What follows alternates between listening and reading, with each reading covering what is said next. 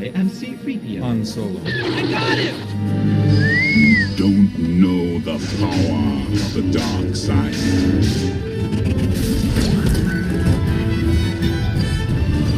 You were the chosen one! Execute Order 66.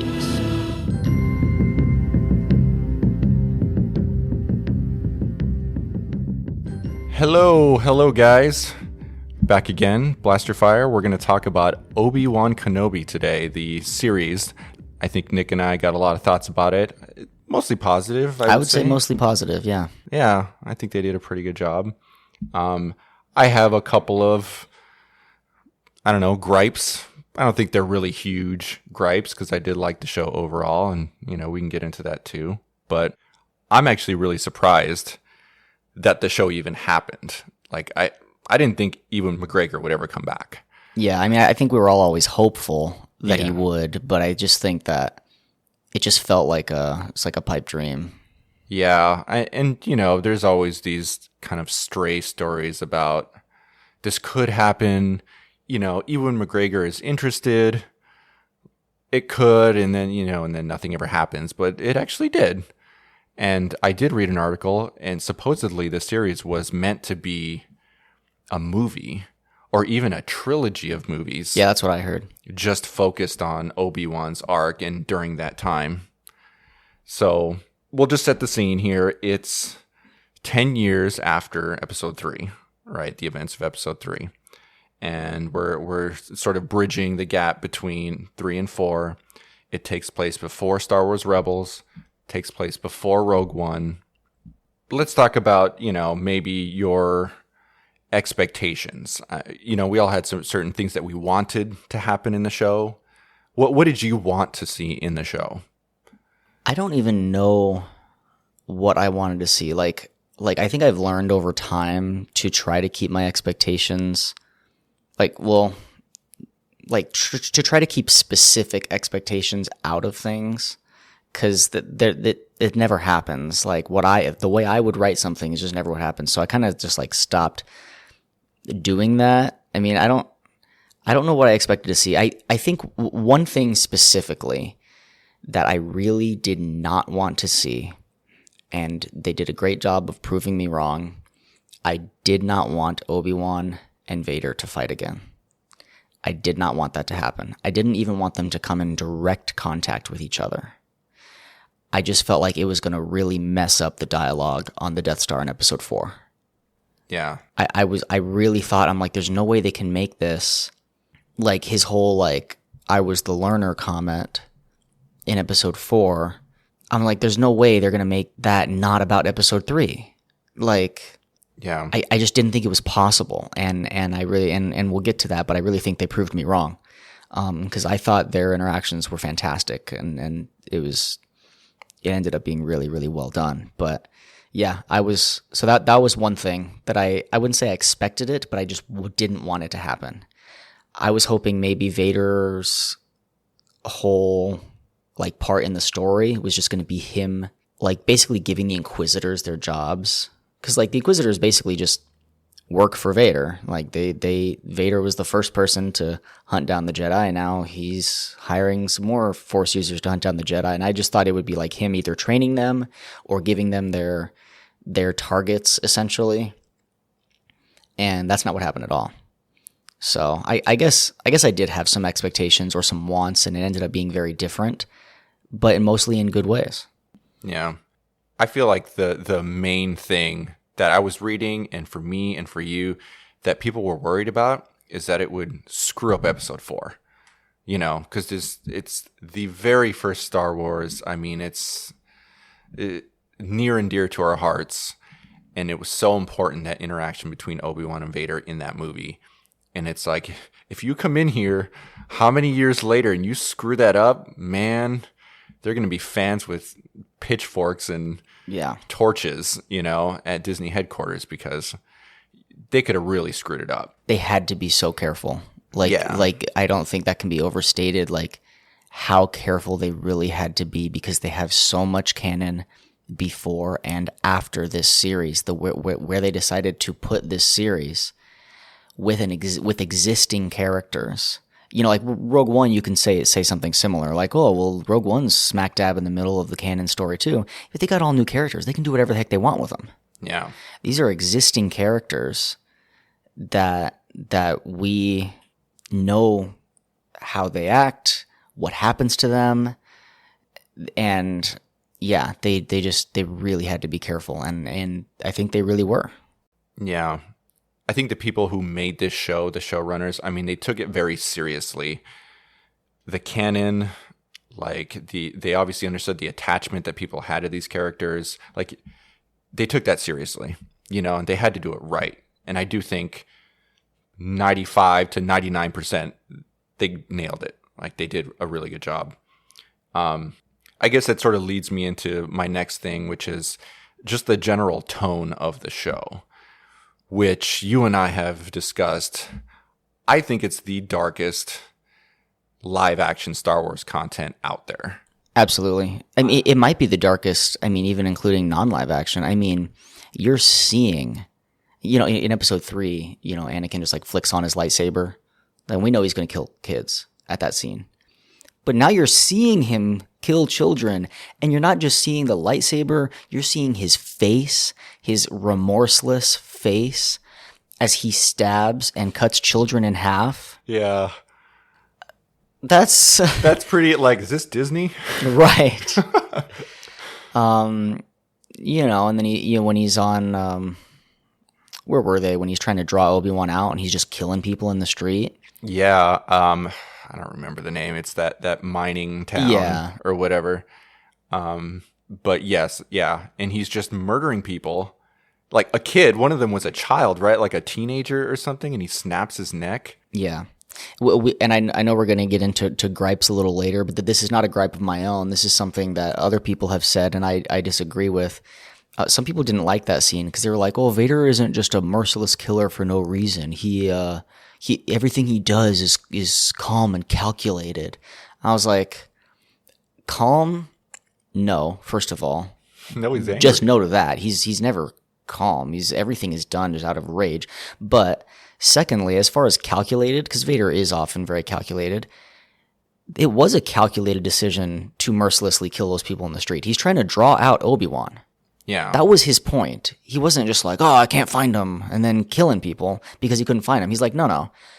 I know Obi-Wan, and he's not just going to let all these innocent people just die, and I'm just going to keep killing them until he reveals himself. Like, that was a calculated decision, and also not calm, and that also is in line with Vader's character. He's not a calm person. He in episode 4, he just chokes out one of his coworkers in a meeting. Yeah. Vader isn't calm. He's waiting. that's he's not calm. He's a very angry person. Yeah. Very angry. So I like the dark tone. Like I think there was, because episode 3 was dark. Yeah. Like it was the only one that had a PG-13 rating. I remember that. The rest of them were PG. Oh, I did not know that. But I think they captured, the last half an hour, 40 minutes of episode 3, and they translated that into this whole other show. And I loved episode 3. I mean, even then, it was my favorite because it was dark, because it's someone going to the dark side. Like I have always wanted adult Star Wars content. Yeah. Like if we have the dark side, we establish a dark side in this universe, let's show the dark side. Right. Like, let's do some dark stuff. And they did. They absolutely did that. I feel like the phrase in my head is, it was a show made by adults for adults. Yes. That's what it felt like to me, And Star Wars has always had some sort of campiness to it. Right. A lot of it having to do with droids, maybe. And that's a whole other side thing from a previous podcast about why it's funny. Right. But I'm trying to think, I mean, were there points in this show that were campy? It really didn't feel that way. No, I wouldn't. That's definitely not the word I would use for anything in the show. I wouldn't say campy. Yeah. The word I have in my head is like adventure. There's a lot of this spirit of adventure in Star Wars. Yeah. You know, it's like this swashbuckling, we're on an adventure, you know, and kind of funny stuff is happening while people are shooting at us. Right. Kind of a vibe. Yes. And Obi-Wan was like a character study. Right. That's basically what it was on Obi-Wan and Vader. And so it's different, but it's a welcome. It's kind of refreshing. Yeah. I mean, if all Star Wars was as dark as Obi-Wan, I don't think I would like that. But I loved how dark Obi-Wan was. Well, and I don't think it was dark for any random reason. It needed to be dark. Yeah. Because the story itself is dark. It's really dark. Yeah. You know, it's about a broken man. It starts off with Obi-Wan as just this guy, not even in a house. He's in a cave, just defeated, blaming himself for, you know, what happened with him and Anakin. He does have this mission to protect Luke. Yeah, I also really liked that. I really liked Obi-Wan being this defeated person. I liked that a lot. And some people didn't like that. Didn't like seeing Obi-Wan that way because he's just this beloved character. He's the savior of Star Wars, and I thought it was great. I thought it was great knowing that about Obi-Wan, knowing what he is and what he was and who he is when later on when he's old Ben, seeing this moment of weakness for him where he's just so distraught over everything and he's just cut himself off from the Force and he's trying to live a normal life and he's not even helping people that need help. Like he's just a different person. I thought that was important to see. I don't want my characters to be perfect all the time. And I'm a little hypocritical in saying that because I don't like some decisions that have been made about Luke in some recent content, but and I do kind of feel like Luke should be perfect all the time, but that's another conversation. Yeah. But I liked seeing Obi-Wan not perfect all the time. I thought it was great, and to see him like in 6 episodes, Obi-Wan had great character development on his own. He just had his own great character development and coming back to the Force and really like reaching his full potential. I mean, we never saw Obi-Wan as powerful right as we did here in the show. I read a theory today about that, and we haven't talked about it. So we will talk about that once we get to that point. Yeah, okay. Yeah, I think if he was a Pokemon, he reached his final form. Yes. But, his arc is basically moving from the character at the end of episode 3 to Alec Guinness. You know, we need to move from one to the other. And by the time he is Alec Guinness, and he's older now, he's an old man, but he is also at peace with who he is. He's accepted something about Vader, and he's understood now that his purpose has to do with Luke and Leia now.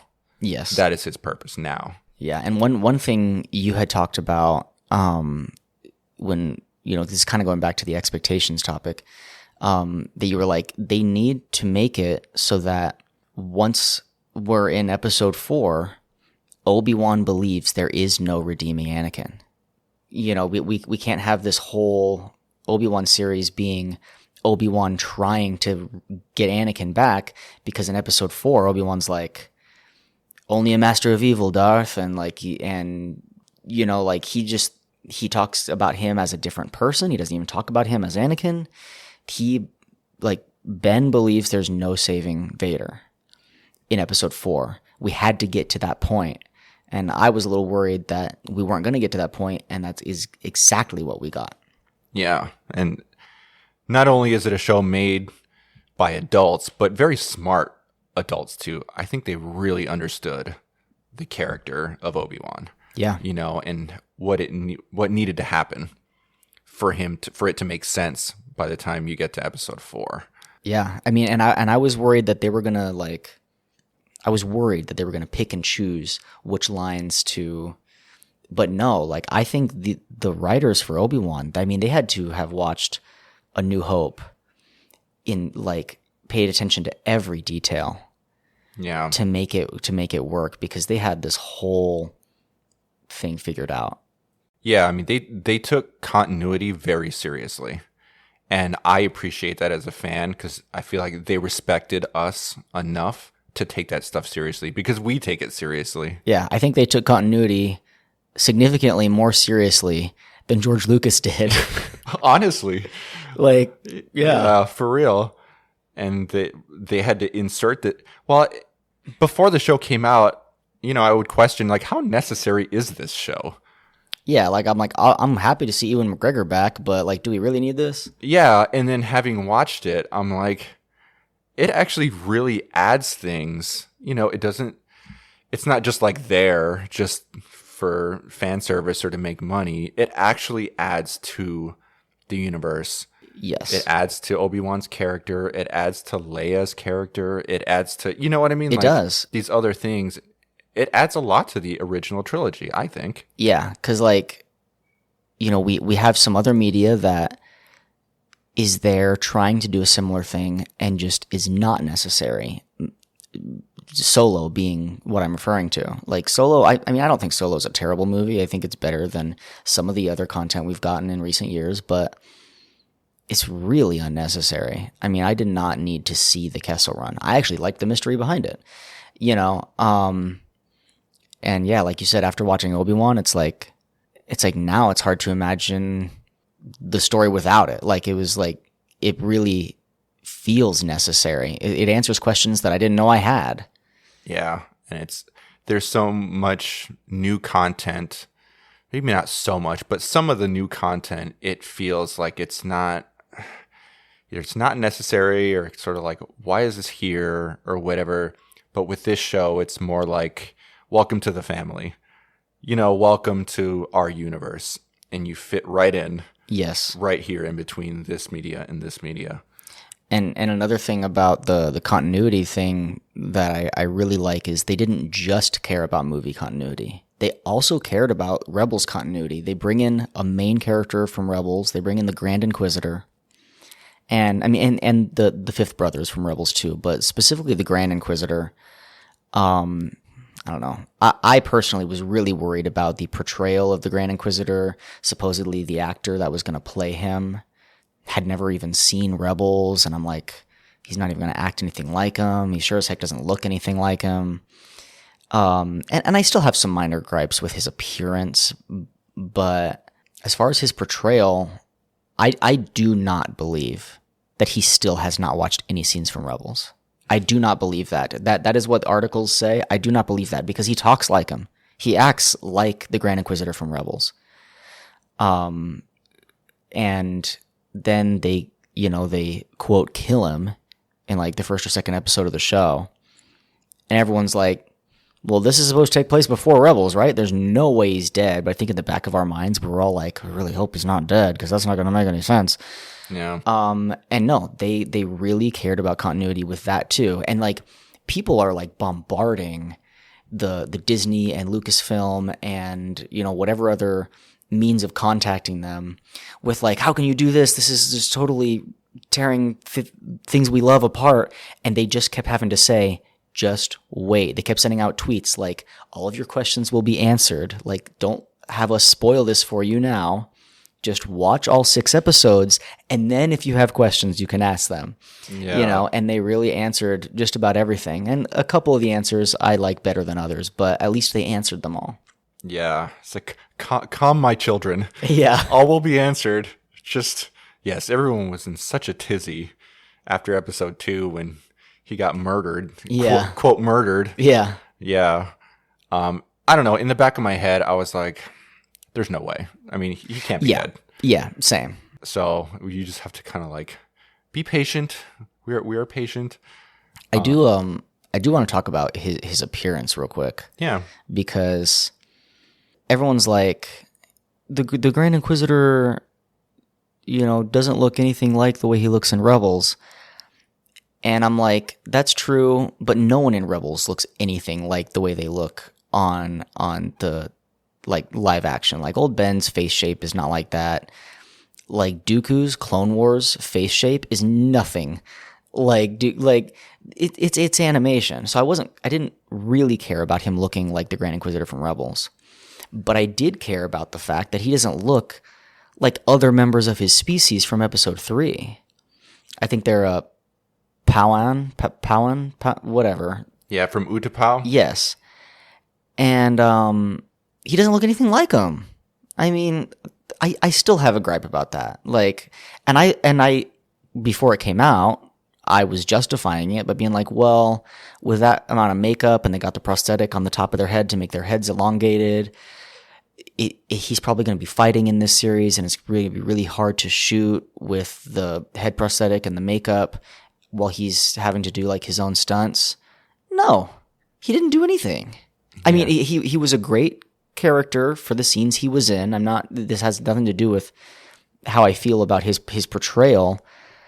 It's just, I'm not disappointed in his lack of fighting, but I'm disappointed in the fact that since he wasn't fighting, really, except for very briefly in episode 2, Might as well make him look correctly. Yes, exactly. And I just, I don't really like that. He doesn't look Powan at all to me. Yeah. Yeah, he has the lines on his forehead and the white face and the makeup. And I think he had the sharp teeth. You barely get to see his teeth ever, but I think he had the sharp teeth he's supposed to have.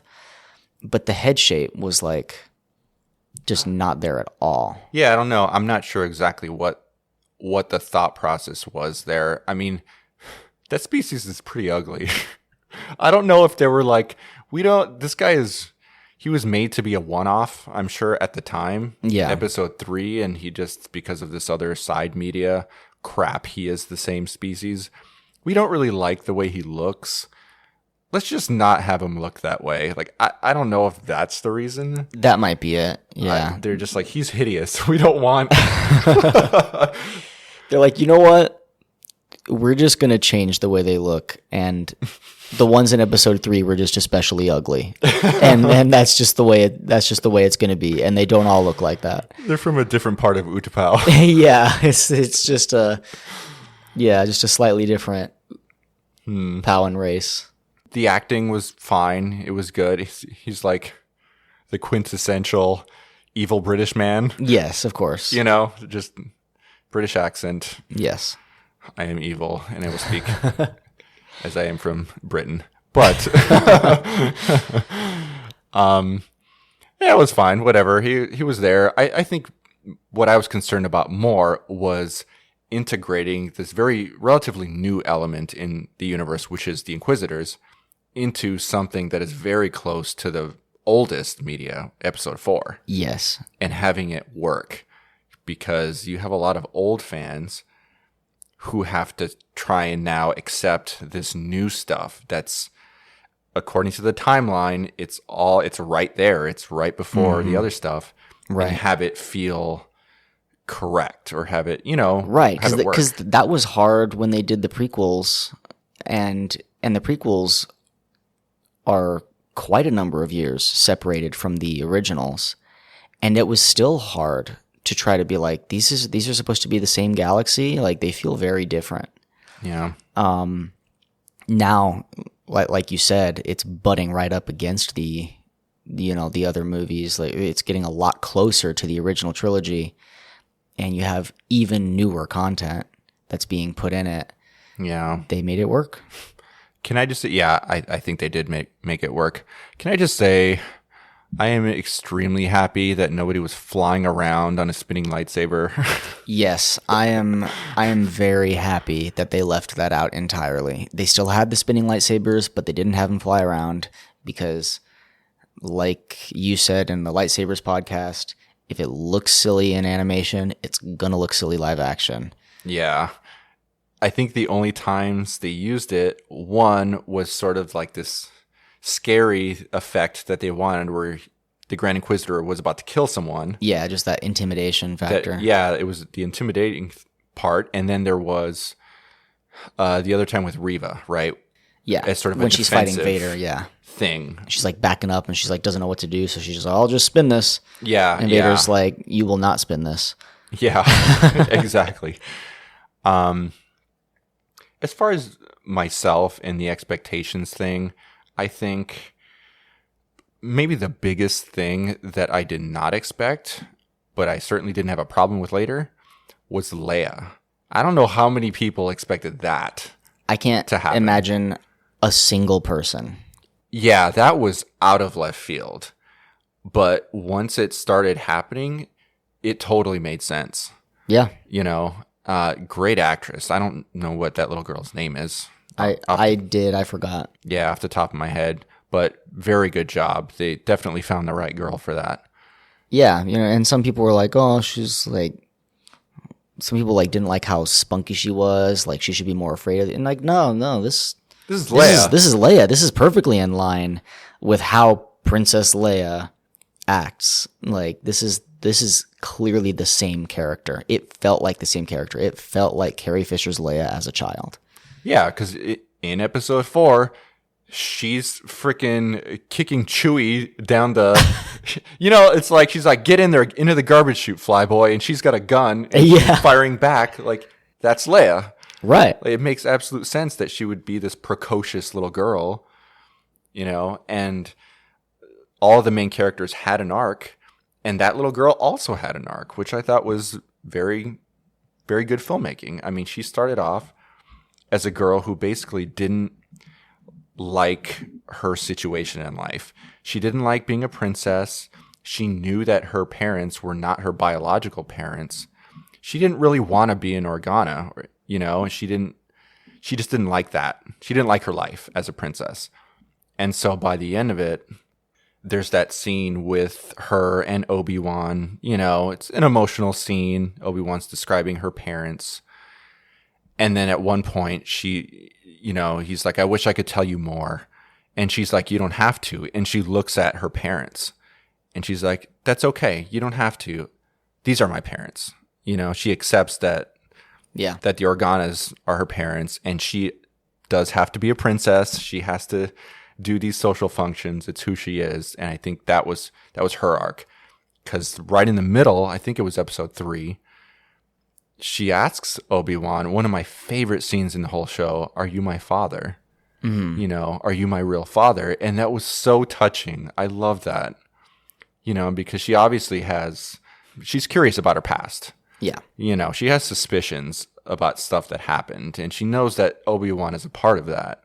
And she's like, she draws that line, like, are you my father? Right. You know, and she's genuinely curious, and which then all these memes come out about Obi-Wan and Padme. Yeah, which, I mean, that theory has been around for a fat minute, though. Yeah. I mean... And I think people who subscribe to that were like, see? Yeah. There was something there. Yeah. No, there wasn't. Stop. Yeah, stop. That's not what happened. You know, and very genuinely, Obi-Wan's like, I wish I was, for completely understandable reasons. Yeah, you know, although then those theory people are like, oh, he wishes he was because he wanted to be with Padme. Yes, not that reason. That's not what he means. That's not what he means. Also, with that particular scene, this was one of my favorite parts of the entire series. Obi-Wan talks about his past before he was in the Order, and that has never been explored. You know, right. It had not ever been spoken about up until that point from very few Jedi, and not at all with Obi-Wan.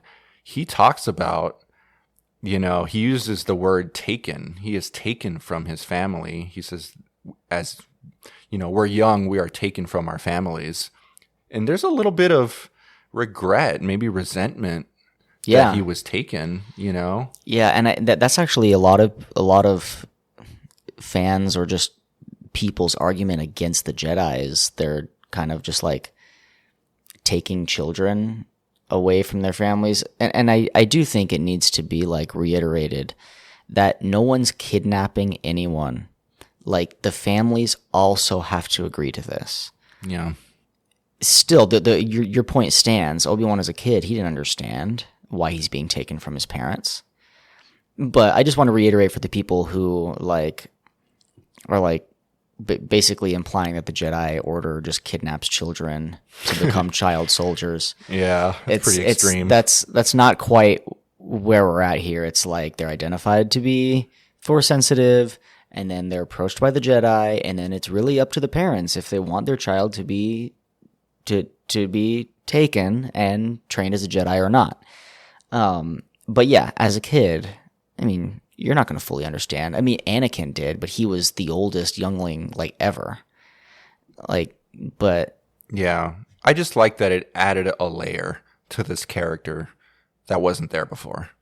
You know, that there's this small part of him that wonders about his life, you know, what it might have been maybe if he hadn't become a Jedi, you know, and I love that. I thought that was so good.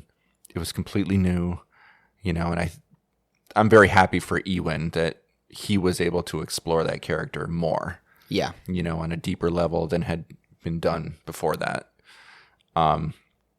So yes, so Leia for me, that was probably the biggest surprise. You know, that whole thing. I had wanted to, and I talked with you about it before the series came out. I really wanted to see more of a transition from the Vader from episode 3 to the Vader in episode 4, and I thought maybe that it's like, you know, there might be some ambivalence there still with Vader. Like, I am not completely to the dark side. They went in a different direction. I kind of understand why, because they wanted to keep the focus on Obi-Wan and his arc. So it was more of like Vader just was evil. You know, he was the episode 4 Vader that we knew. And the arc they really wanted to focus on was Obi-Wan. So they needed Vader to just remain evil throughout. And it was really up to Obi-Wan to accept that. right. And that's really what it came down to. And I'm okay with that. You know, I think it would have been some fertile ground for stuff to explore for Hayden Christensen. But at the end of it, I'm okay with it, you know, because the show's called Obi-Wan. Right. It's not called Vader or Anakin. Yeah, and a lot of it, and I know this is not the answer a lot, because a lot of people want what you're talking about from Vader. They want to get they want to get that from Vader, whether like maybe in a Vader series, like okay, we had to focus on Obi-Wan for this, but we still want that for Vader to see that transition. And this is not the answer that most of those people wanting that want, but if you want to see that transition, it's in other media. It's in the Vader comic series. It's in, like, we do see it elsewhere. I know you want to see a live action, but if you really want to see it, it does exist in other canon media. And because these writers do care so much about the canon, I don't think they're going to overwrite existing books and comics to create their live action thing. And I know I've brought up this series a lot over the past few podcasts, but the 2017 Vader comic series explores that a lot. It's like right after him becoming Vader. And so the answers people want exist. It's just they want to watch it, not read it. Yeah, they want the live action stuff. Yeah. Yeah. But we got some of it. I mean, we got some of it in Rebels. Yeah. With, you know, and especially in his like fight with Ahsoka, we got it. Some of it. Mm-hmm. And then we got even more of it in Obi-Wan and Obi-Wan and Vader's last fight in the Obi-Wan series. Yeah. We're still getting some of it, but like you said, it's a show about Obi-Wan. Yeah, they got to make him the main focus, and I'm okay with that, you know? Yeah, I wouldn't have wanted him to be overshadowed by Vader in his own series. I wouldn't have wanted that for him. I wouldn't have wanted that for the character or for Ewan. Yeah. Well, from a filmmaking standpoint, when you write characters, you have a protagonist and an antagonist, as we were taught in school, and the protagonist goes through a change. That's one of the defining characteristics of your main protagonist, is that they have to be different by the end of the movie than when they started. But the antagonist, they don't have to change. Some do. Some have an arc, but they don't have to. They're really just there to cause the change in the protagonist, you know? And that's the route that they went in Obi-Wan, is that Vader, he just was who he was. And it was really just there for Obi-Wan to go through this realization that his friend is gone. Yes. I mean, that's really what he was there for. I think that's not to say that they didn't explore Vader a little bit more. I think they did. I think they just fleshed his character out a little bit more. Yeah. Just explained why he did some of the things that he did. Yeah, and I mean, to some extent, we've had 6 movies to explore Vader. That's true. It's like he's had a whole saga to himself, essentially. I mean, I know he's not the protagonist in the original series. I mean, in the original trilogy.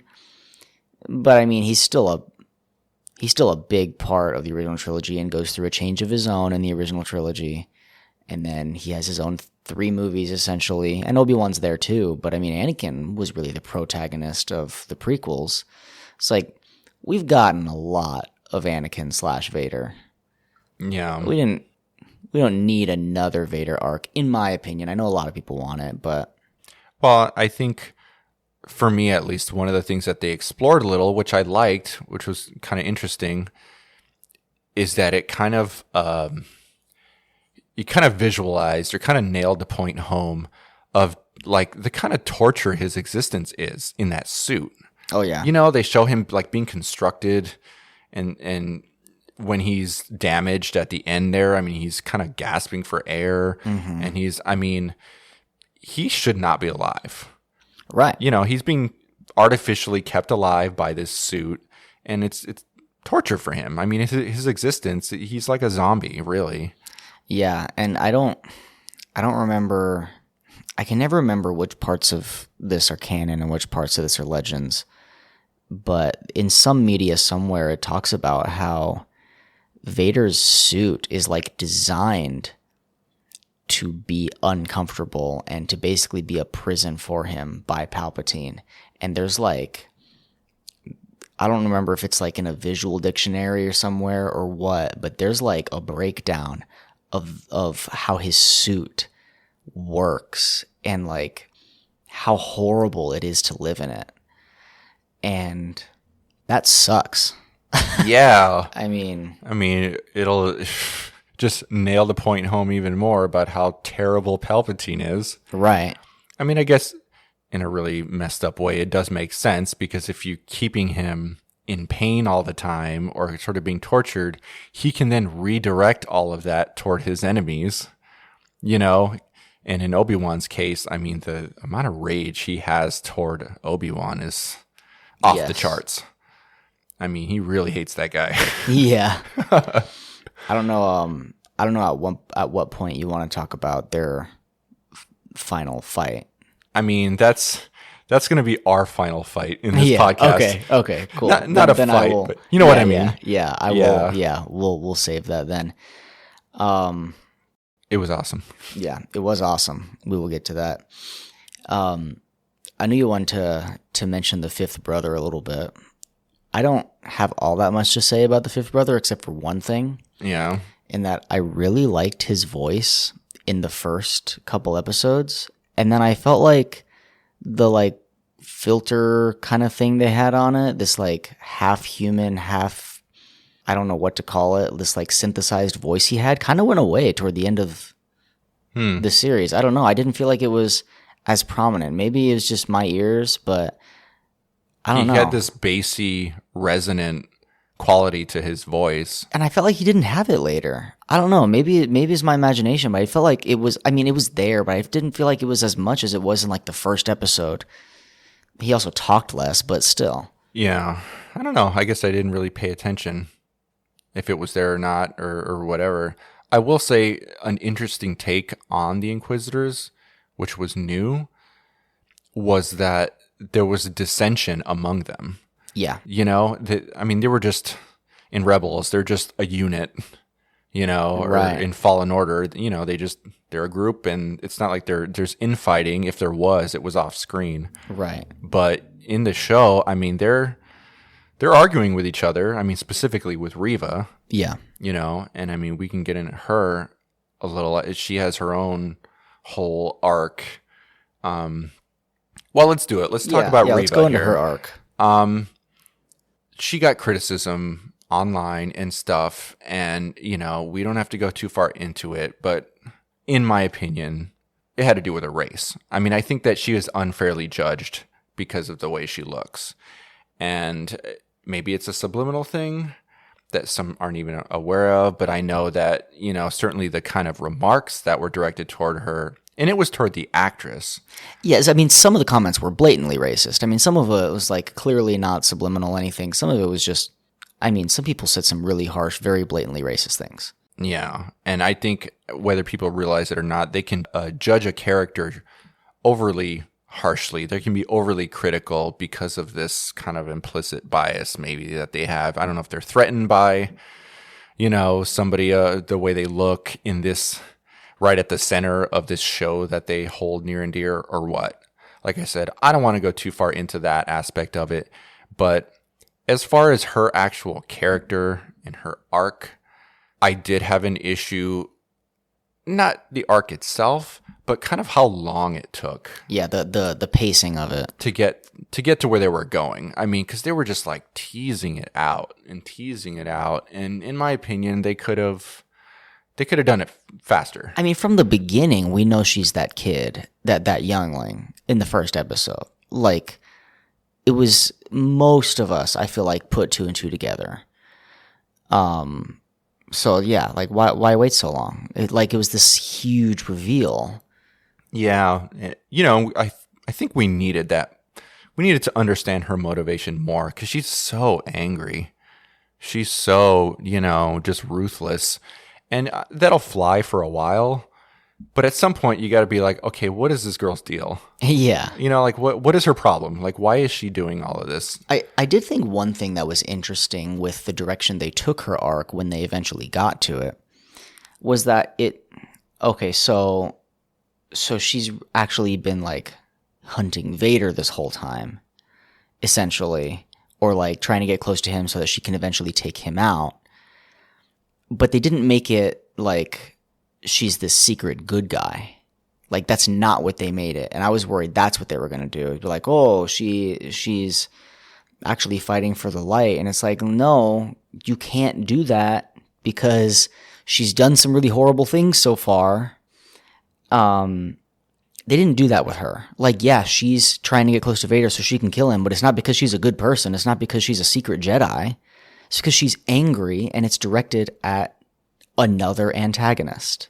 Well, if anything, it shows that she is fallen to the dark side because she's succumbing to revenge. Right. It's more of a Darth Maul situation. Right. That's how I see it. It's like he's not a good guy. He's not, he's not on the light side. He taps into the dark side of the Force, and it makes him powerful. He's just not a Sith. Right. And Reva, she was just directing it all. Well, not directing it at Vader, but she was having all of this rage because of Vader, and eventually she wanted to use it on him. And Obi-Wan took advantage of that, but I was like, are they going to have Obi-Wan, like, turn her good for this fight against Vader? No, he just used her because he knew she wanted to fight Vader anyway, and he cleverly used her to his advantage because he knew that's what she wanted. And I thought that was smart. Yeah. Not every person, like, not every antagonist who hates another antagonist needs to become a protagonist. Yeah. Like, she's still a bad guy. She's just fighting another bad guy. And that was good that they did it that way. Yeah. And Obi-Wan saw it as the enemy of my enemy is my friend at this point. Right. Once she kind of out with her past and her motivations. Actually, just like right at this moment, listening to you and sort of thinking about the situation, I actually kind of like the arc more because my issue with it, maybe a little bit, was that it seemed a little unbelievable that you would, like, your cover is that deep that for so many years, you hadn't attempted this sooner, I mean, this is, like, how long did this go on? Right. But I guess it kind of makes sense because her rage wasn't only directed at Vader. She hated the Jedi too. Yeah. Because she felt like they failed her. They didn't protect her. And she hated Obi-Wan because Yeah. the person she hates was trained by Obi-Wan. Yeah. So she hates his guts too. Yeah. And so this was like the perfect opportunity for her to, like, screw Obi-Wan, screw Vader. It's kind of like they hate each other or they have an issue. Like, screw both of you. Yeah. You failed me and you killed me, basically, and Vader stabbed her. Right. Well, he killed her identity. Yeah. He killed her as she was at that point and then turned her into something. So I do like the arc that they had with her. It does make sense talking about it. I just didn't like the pacing. I thought that it could have done it a little sooner, because then if you do it sooner, then you can have more of an arc. Right. And she doesn't have to become this great good guy, but they could have fleshed it out a little more on the back end. Yeah, my only real issue with her arc, because I like it up until the end. My only real issue with her arc is her whole chasing Luke on Tatooine thing. Yeah. And like she chases him down, and then she's gonna kill this kid. I mean, yeah, I guess that would hurt Obi-Wan, but it was a weird decision for me for her to go chase down Luke, and then when she gets the opportunity to kill him, she's just like, I can't do it. And then she brings him back, not dead. They're just all like fine with her. Like, I get it, she didn't kill him, that's fantastic, but I also wouldn't be fine with her. Like, thanks for not killing him, please leave, get away from us. Yeah. I wanted them to at least stay a little bit angry with her. Instead, they just kind of look at her awkwardly, like, what do we do? And then go and tend to Luke. And of course, I do think their priority should have been tending to Luke, because they love him and that should be their priority. But they also should have stayed a little bit mad at Reva. I don't know. all is forgiven.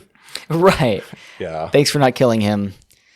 You brought him back unconscious, though. Yeah. And you probably gave him some pretty significant PTSD for the rest of his life. Yeah. Which he seems none affected by in episode 4. No issues. Yeah. Well, I did like, and this goes along with the taking the continuity seriously. He never saw a lightsaber. You remember that? Because he is instructed in episode 4, this is a lightsaber. It's the weapon of a Jedi. But he could have very easily have seen her red lightsaber. But if you look at it, he's like climbing out the top of the roof, right? When she walks in, and he doesn't actually see her lightsaber. So he has never seen a lightsaber. And I did not notice that at all. Because I was thinking, like, along the lines of my, like, kind of like PTSD joke, I would act like, Vietnam vet hearing a chopper. Hearing the rotors, yeah. I wanted him, him seeing Vader's red lightsaber, being like, oh God, Reva. But yeah, I did not notice that at all. Yeah, because they're in that canyon and she has a red lightsaber out. He falls unconscious in front of her. Yeah. So I'm pretty positive that's why they did that. Because that's smart. Yeah, because it had to make sense that he didn't know what a lightsaber was in episode 4. Yeah, that's interesting. Yeah. So, because I also read a little bit about it online, and people were discussing it a little bit, and they're like, yeah, actually, that's why they did that. And I'm like, that is very true, actually. Right. And then Obi-Wan's just like, oh, now you can be whatever you want to be. And I saw a meme, it was like, I'm Reva Skywalker.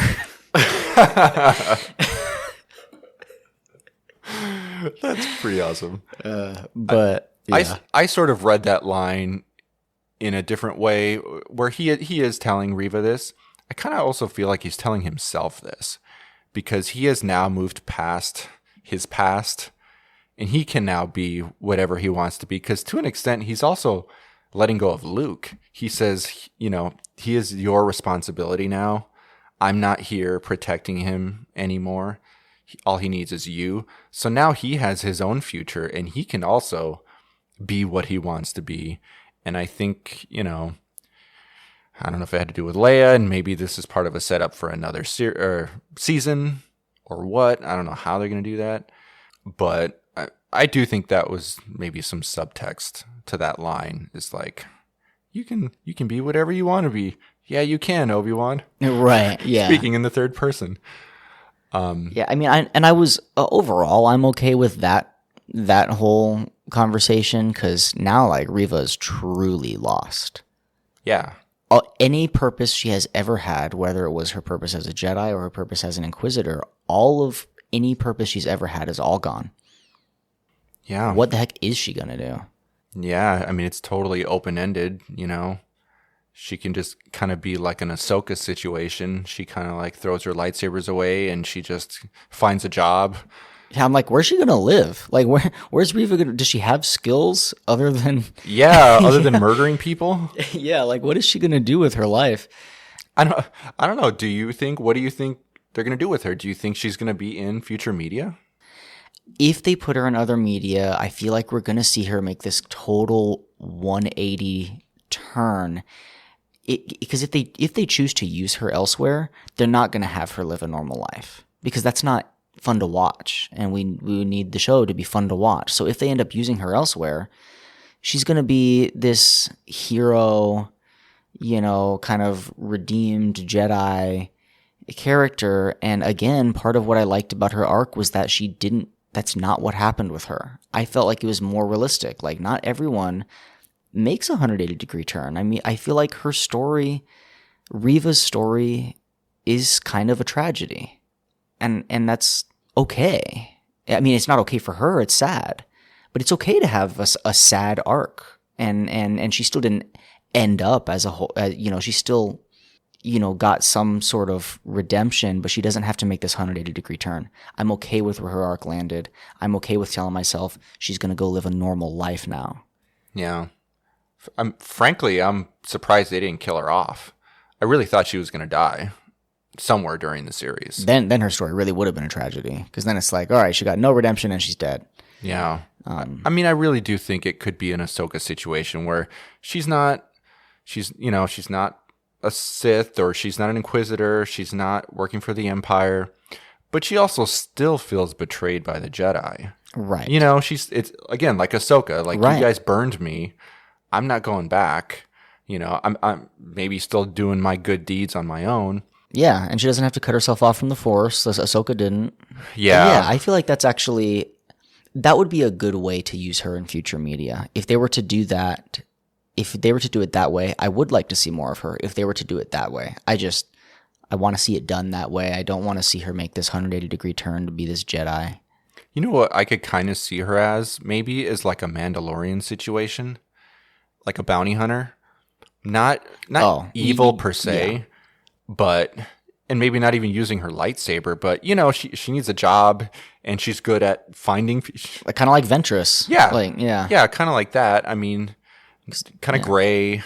Yeah. You know, just kind of in the middle, and they could figure out an arc for her. Maybe not. Maybe she's just like, I'm just making ends meet here.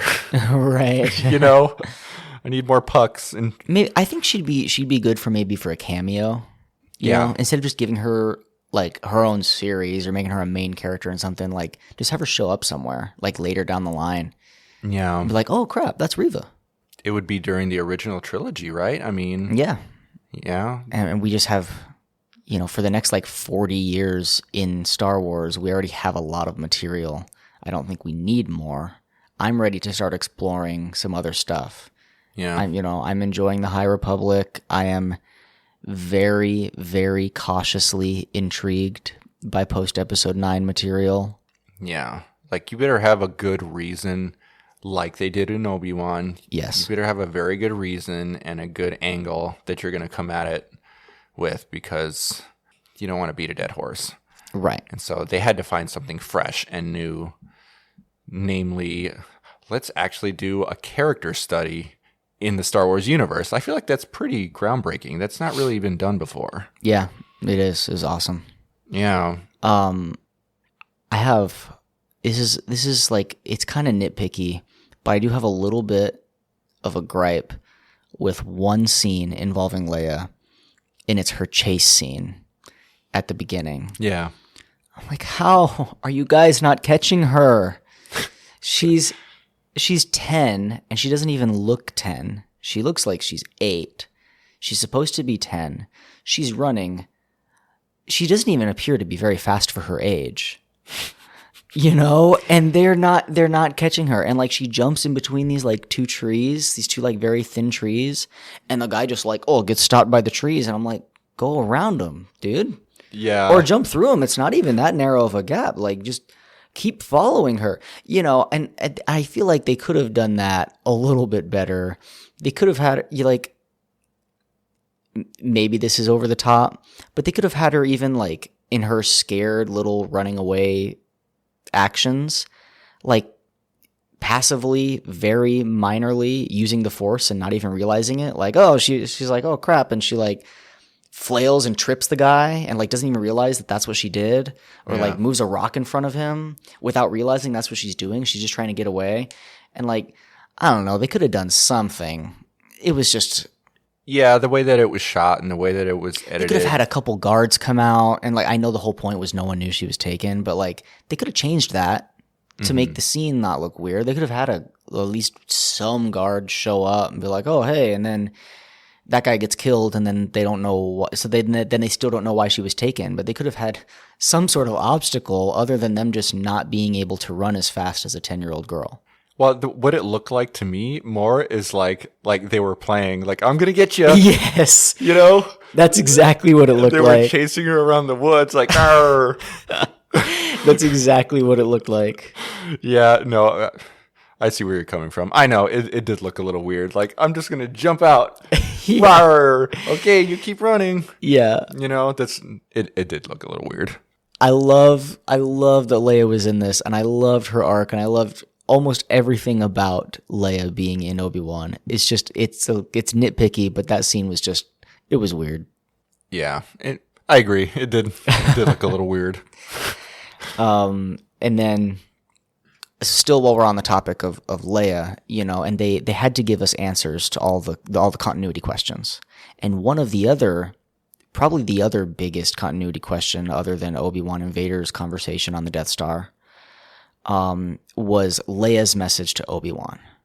Yes. And speaking like she truly does not know him at all, saying, you worked with my father during the Clone War, and, now the rebellion's asking you for help. And I'm like, they need to answer that, and they assured us that they would, and then they did. I'm like, that message could not get any more dangerous than it already was. Yeah. Like, someone finding that message that the Princess of Alderaan is asking a former Jedi to join their rebellion against the current government. If they then added in that message that the two of them knew each other, I don't think anyone would have even, that would have been like the last thing on their mind when the Empire finds this message. That would have been the last thing they cared about. Oh, wait a minute. But they know each other? They're friends? Now we really hate them. Now it's a real big problem. Yeah. It was like the message was already, she's asking this guy to join a rebellion and join a war against the current government. It was just a weird, like, oh, but no one must know. And then, 15, 20 years later, she still remembered that he said that. Oh, wait. But when I send him this message, I need to make sure that I act like I don't know him. Yeah. That's one of the only answers I'm not particularly satisfied by. I do respect the fact that they didn't blow it off. They did come up with an answer, and I think the fact of the matter is there isn't a good answer, so we're lucky we even got one. I think that's what it comes down to. It's like, what can you say? I mean, what answer would you give? It's a continuity error. I mean, it's... Yeah, and it's just like, okay, would I rather them... Because the only other way to fix it is don't have a Leia arc in the show. Yeah. Would I rather them take out Leia's entire part of Obi-Wan and write something completely different? No. I really enjoyed Leia's part in Obi-Wan, so I can get over that little thing. But it is one of the only answers I'm not satisfied with. Yeah. I think, like you said, I appreciate that they respected the fans enough to attempt to address it. Yes. Even if the answer wasn't totally satisfied. But one of the things that I like about the show, and I very much appreciate, is that they seem to respect us. Yes. And I really like that. That even if we may not have been satisfied completely with the answers they gave, at least they were like, okay, we understand this is an issue and let's talk about it. Yeah. They really, really, really wanted to please us, and they, like you said, it was really a respect thing. They really respect the fans, and everyone who just eats and breathes Star Wars. Like, they know there's a lot of that this is a huge community of people that want it to go right, and they really cared about that. And I think with this show in particular, a lot of the old fans, they could really piss off. Right. You know, who are all about the original trilogy, like myself.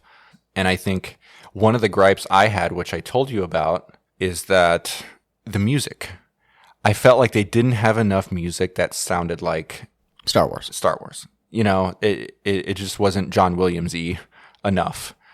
Which even in like Rogue One, you know, and other media, they kind of like throw in a couple of small little subtle throwbacks. And personally, I think you need that.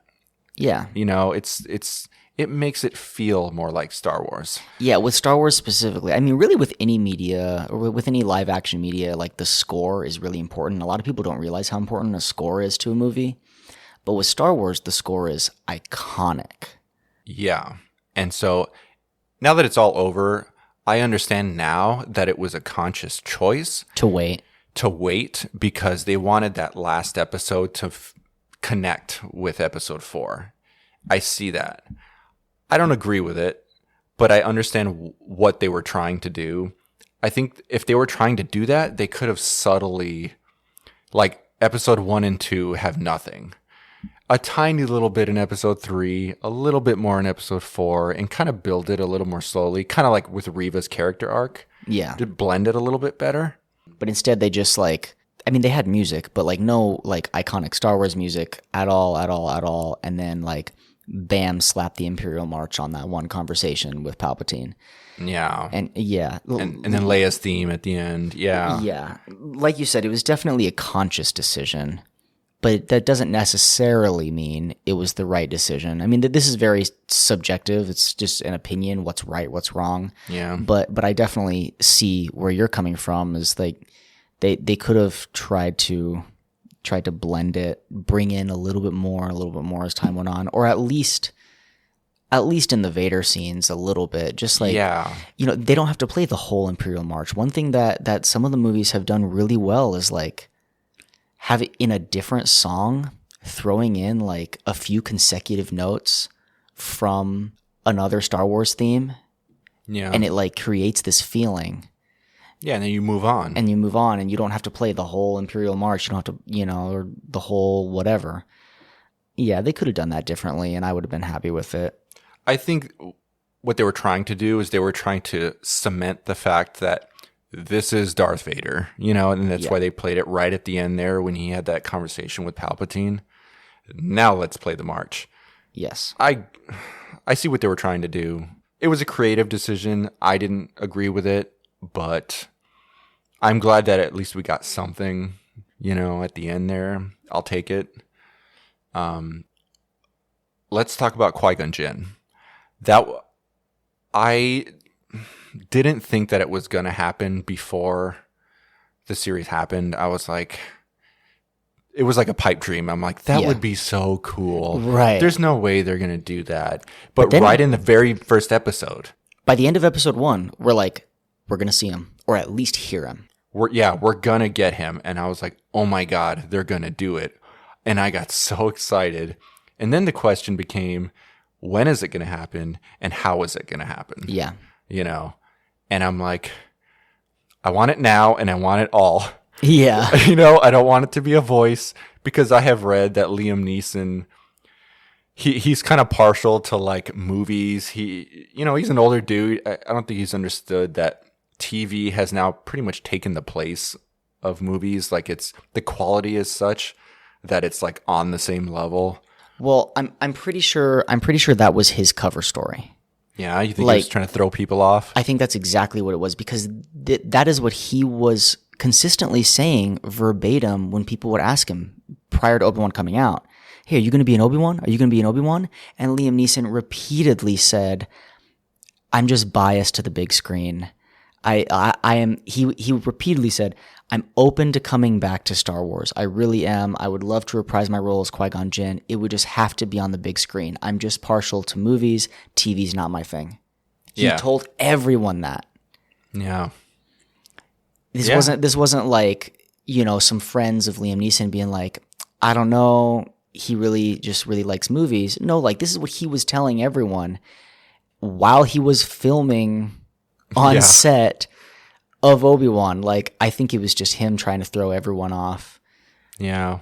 Well, I certainly did, because before the series, I don't think anyone thought that Qui-Gon Jinn was going to be in it. No, I for sure was like, there's no way. We got our Qui-Gon already.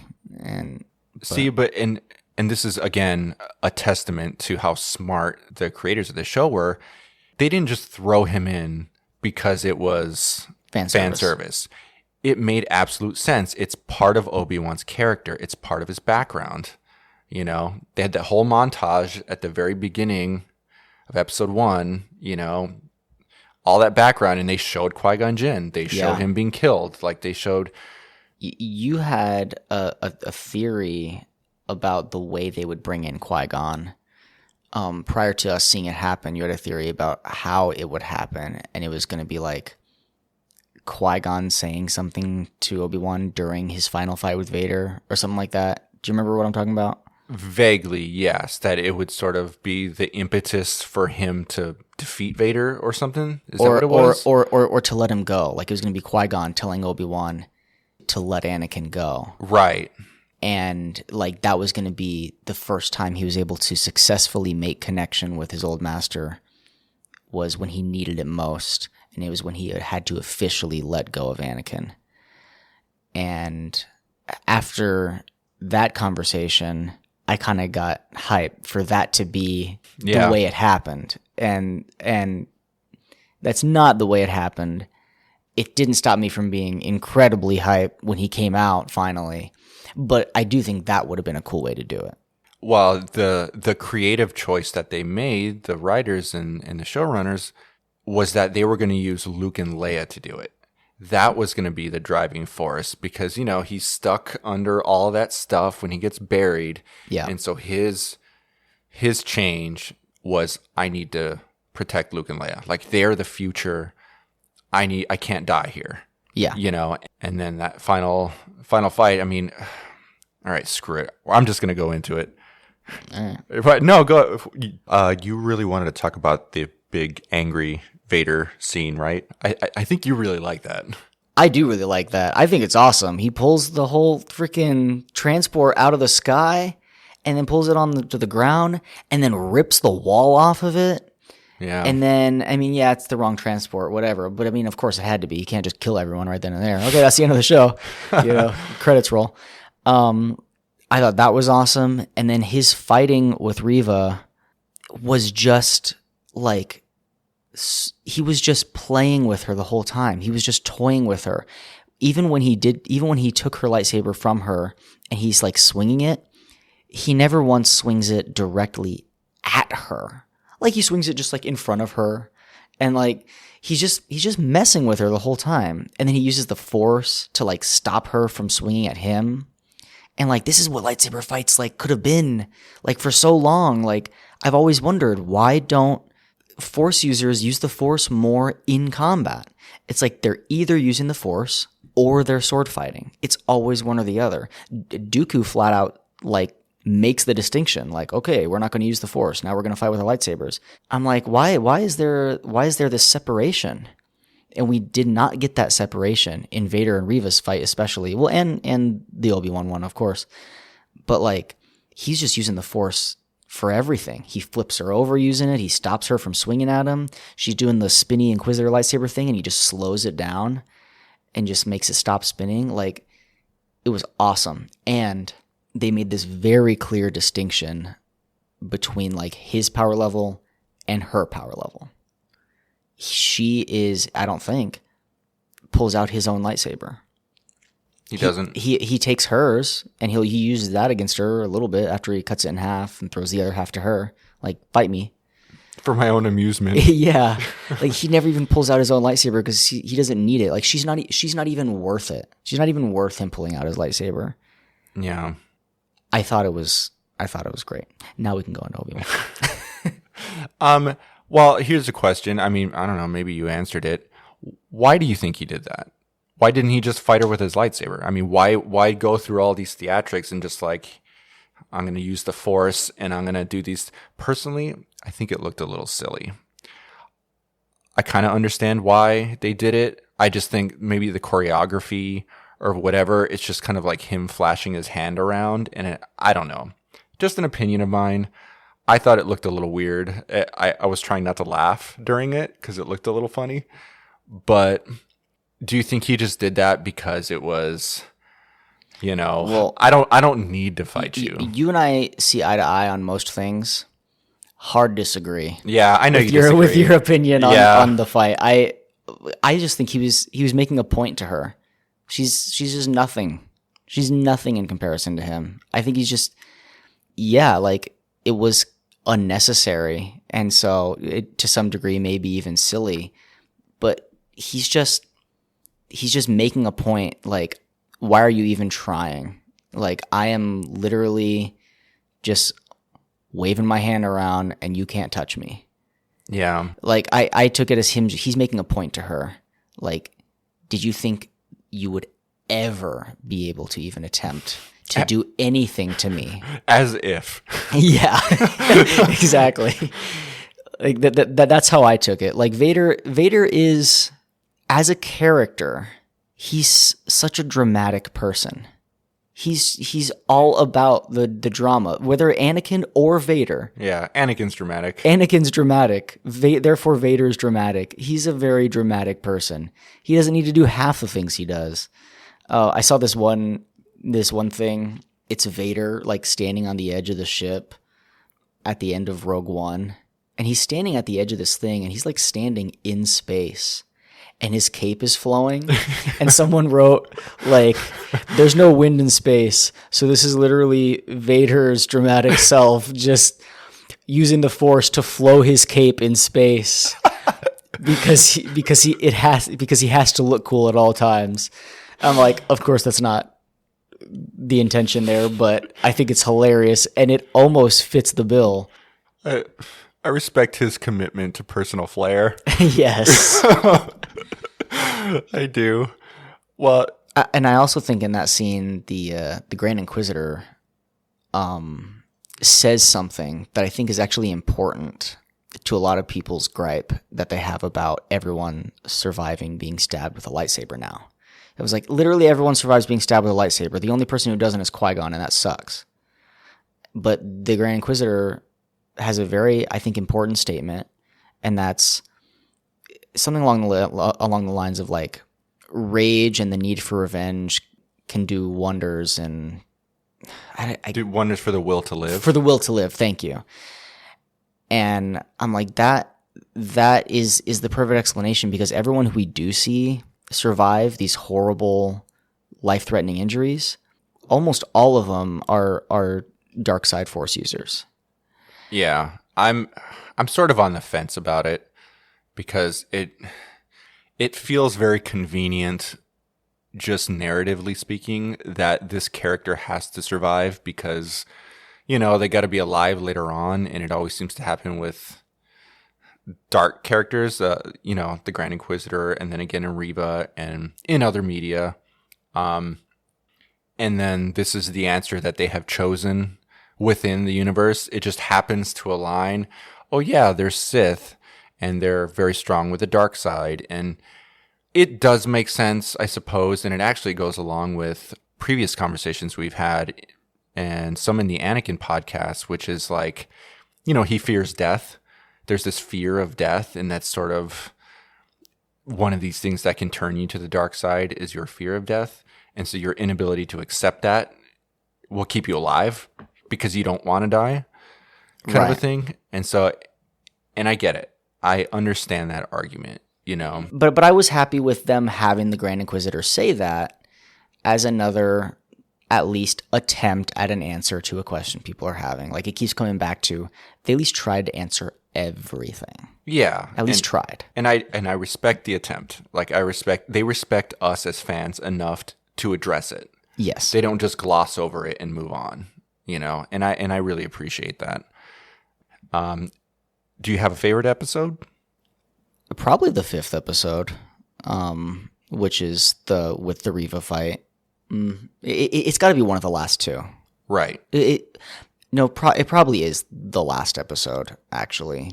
I mean, the Vader fight and the voice stuff, nothing in the rest of the series compared to how well some of that stuff was done. That was, yes. And I mean, they built it up so much. It paid off well. I'd probably agree that the last episode was the best. I was kind of freaking out by the end of episode 3 because I'm like, all right, where are they going with this? You know, or even episode 4, I think was that where they went to the Fortress Inquisitorius. Yes. Right. You know, and there was the cool moment with all the Jedi or whatever that were encapsulated down in the bottom. You got to see Terra Sanube there. Yeah, they had Terra Sanube there. That was cool. That can totally be explored in the future, I think. But I'm like, they only have 2 episodes left. And I feel like there's a lot to go. So I was kind of freaking out by the end of episode 4. Yeah. You know, some of it felt rushed, like maybe Reva's character arc, you know, that felt a little rushed. The music thing I mentioned. I thought episode 5 was really good. You know, finally we got some answers. What did you think of, what was the actress's name? You know, she was like working for the Empire and then she flipped. What's her name? Oh, I don't remember, but yeah, I know who you're talking about. Is that her name? Tia? Yes. I thought that she was a good character. I didn't get all that much time with her to really develop all that much of a care for her. Like when she died. Yeah. I like, it was sad when she died. I was actually considerably more sad when her droid died. Ned. When Ned died. And why is that? Because it was... Because I kind of felt the same way. I don't know. It's this thing that they're able to do with droids somehow. They're able to use them however the heck they want. And they always get the emotion they want out of us. It's just weird. He was the strong, silent type. Yes. And then I mean, partially because his death was so sacrificial, and hers was too, of course. I mean, she straight up suicide bombed herself. Yeah. But his was like, even before he knew she was going to do that, he's like letting himself get shot in the back while he covers her. And like, I'll take all of this for you. And the sort of, we're not quite sure how much pain droids feel, but it is implied in some scenes that droids feel pain. I mean, like when that one's getting branded in episode 6, like he's screaming. So I think droids, it looked painful, his death, while he's covering her and he's getting shot in the back. And it was really sad. It was really sad. I kind of liked that there was, when we first are introduced to him, there's a little bit of ambiguity there because he's very imposing. Yeah. You know, and it was just a guy in a suit, which I thought was also interesting. Right. And it's funny, without him, like he has no dialogue whatsoever. He does not talk. The loaders don't talk. And yet they gave him very human tics. For example, when he's holding that like hammer behind his back or whatever, and his thumb is kind of like twiddling on it, like he's itching to use it, like he's waiting. Like, I didn't notice that. Like not necessarily like I can't wait to use it, but just like whether it's a nervous tick or what, I don't know. But like his thumb's kind of moving back and forth on the handle of it, and it was just a human thing to see a droid do that. Yeah, Star Wars, they like to humanize the droids when they want to. Right. And then dehumanize them when they want to. And but I think they really humanized this non-talking loader a lot, and it made his death very sad, almost sadder than hers. And I don't know why exactly that is. Yeah, I kind of felt the same way. Like it was sad, and it was fantastic music during that scene. I thought was really great. But Another reason why it was so sad. I mean, the score has a big effect on how you're feeling. yeah, you use music to evoke emotion. Yeah. You know, which I think it's a very underrated, overlooked part of films are the music. Like, Yeah. it's very important. People don't realize that if scores were taken out of most films, that the quality of the film would, like across the board on most films, like you take the music out and it would not feel the same. It's watching like it. dead. Yeah. Yeah. You need the emotion there. I also thought, what was his name? The fake Jedi. Yeah, I don't remember his name. I thought he was hilarious. I thought he was a great character. Just like as a side character, I just thought he was funny. Comic relief. And yeah, and with the show being as dark as it is, I thought he was like just enough comic relief to not mess up the overall feel. They never quite like made him truly a good person. Like he's still kind of a scumbag, Yeah. even though he's like, he's not evil by any means. I liked him. He was okay. Like I could have done without him, but also it's okay that he was in there. You know, he was sort of neither here nor there for me. I do think there needed to be like some levity at some point because that show is so dark. Yeah. And they didn't make it too over the top where, you know, you're rolling your eyes and you're like, okay, Right. let's move on. Like what they did with like some of the humor in some of the sequels. That's exactly what I'm getting at, is that Yeah. some of the sequel, quote, humor was just way over the top. And it's like, come on, guys, you're losing us, Right. you know? So episode 4 was probably the weakest for me. And because See, I have a hard time even remembering episode 3. What even happens? I mean, I Is- know Leia gets kidnapped, but that's the one where they're in the desert, in the mining town. oh yeah, that actually is a good episode. Okay, yeah. Yeah. No, you're right. I did like 3. I thought that was cool. Yeah, I forgot the whole on the little train thing with the dude that rats him out to the Empire. That was Zach Braff who Yeah, did the yeah. voice. Yeah, yeah. That was one of my favorite scenes in the entire series, was just that little interaction between Obi-Wan and the princess. Mm-hmm. You know, that it was so touching. I love that. Yes. A lot of people had gripes with that fight that they had at the end with Vader and Obi-Wan. Liz, my fiance, was like, that was kind of a lame lightsaber fight. Like, it's like it was slow and kind of like, The finale fight? not the finale fight, Oh. in episode 3, Oh, uh-huh. and I was like, well, I don't know, maybe it's because it's more like the fighting in episode 4, I mean, Vader is not, he's in that suit, he doesn't have as much mobility. I was sort of making excuses Yeah. for it, but I understand now that there was a reason for it, and it was part of Obi-Wan's character arc, and it's that he wasn't powerful. He wasn't, Yeah. he couldn't do the things that he could do later on in the series. And so he had to be kind of, the fight was just not, Vader was toying with him to an extent, Right. That was pretty awesome how he was dragging him through the fire. Oh my gosh. God, that was That was good. some of like the most terrifying Vader content I've seen. Yeah, you really see his rage come through. Yeah, he's just burning Obi-Wan. Yeah. Oh my gosh. I do think it was a little bit of a plot hole that, like, let's just throw up some flames between him and us, and then we're just going to get away.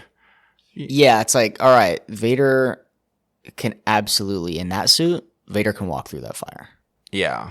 It's for the story. Obviously, we can't end the series in episode 3. We need the story to go on. So that's just kind of what I chalk it there's up still to. other ways to make an escape.